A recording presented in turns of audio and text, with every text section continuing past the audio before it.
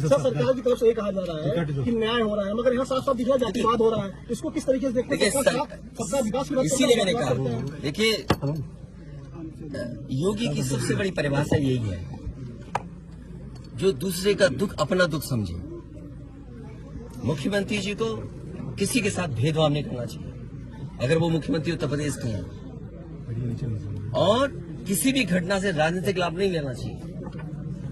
अगर इस सरकार ने न्याय दिया होता, न्याय पहले दिन से देना शुरू किया होता, तो शायद हम लोगों पे भी दबाव नहीं बनता कि हम आते हो घर परिवार के लोगों से मिलते आकर। सर कांग्रेस के लोग कह रहे हैं कि आप बीजेपी को फायदा पहुंचाना चाहते हैं मध्य प्रदेश। देखिए सुनिए, ये बात भी कांग्रेस के मुंह से अच्छी नहीं लगती। सर यूपी में बदला लेंगे उसका? नहीं बदला नहीं, बात बंद करो।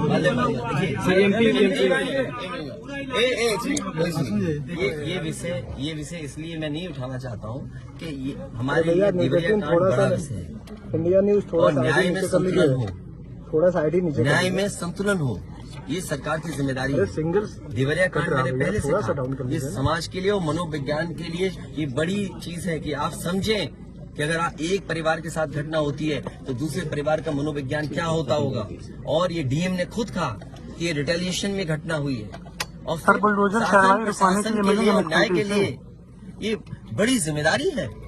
भाई शासन प्रशासन और न्यायालय के लिए क्या मामूली बात है। आज तक पता नहीं है कि घटना कैसे हुई। पहली प्रेम यादव को किसने बुलाया, प्रेम यादव वहाँ कैसे पहुंच गए मोटरसाइकिल से, उन्होंने कभी जमीन ली, उनका भाई बेच रहा है। अब परिवार की बातें क्या मैं बोलूंगा जो मैं जानता हूँ या आप जो जानते हैं, जो आप जानते हैं कि भाई परिवार जो था अगर जमीन बेच रहा है, एक भाई ने बेच दी जमीन, इन बातों को मैं कहूँ कि वो परिवार अपने भाइयों के साथ कैसा व्यवहार करता था, ये बातें मैं कहूँगा क्या?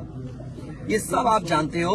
इसलिए मैं आपसे भी उम्मीद करता हूँ लोकतंत्र तभी मजबूत होगा जब न्याय मिलेगा, और न्याय की भावना होती सरकार की तो खेतों में इतना कार्यकर्ता नेता नहीं दिखाई देता, ये जनता खेतों में नहीं दिखाई देती।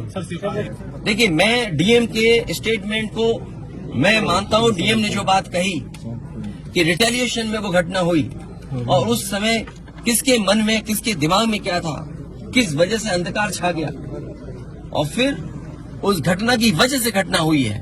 और घटना वो भी गलत है, घटना ये भी गलत है। अगर ये सवाल आप पूछते हैं मासूमों के लिए, मासूमों की कभी जान नहीं जाती। अगर प्रेम यादव की जान न गई होती तो प्रेम यादव की जान नहीं जाती तो किसी मासूम किसी की जान नहीं जाती।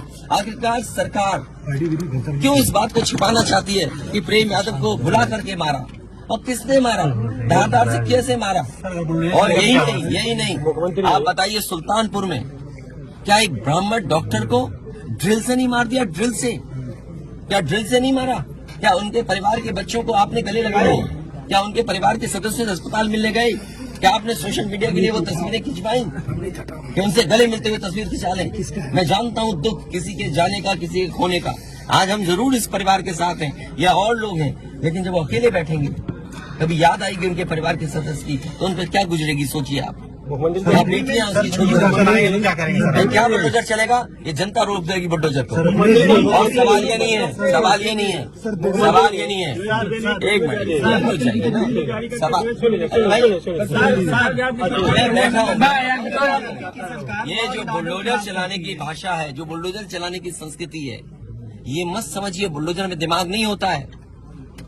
अगर बुलडोजर न्याय देने लगा तो अगली सरकार भी यही करेगी। इसलिए मैं सोचता हूं कि अगर आप योगी हैं, योगी की परिभाषा यही है, दूसरे का दुख अपना दुख समझे। आप अपना गिराते हैं तो मुआवजा लेते हैं। आपकी किसी की हिम्मत हो अगर ये बात की कि उन्होंने अपनी बिल्डिंग गिराई और कितने करोड़ मुआवजा उठाया, अगर आप इसे बुलडोजर चलाना चाहते हो तो उतना ही मुआवजा देना जितना मुआवजा आपने खुद लिया है सरकार से।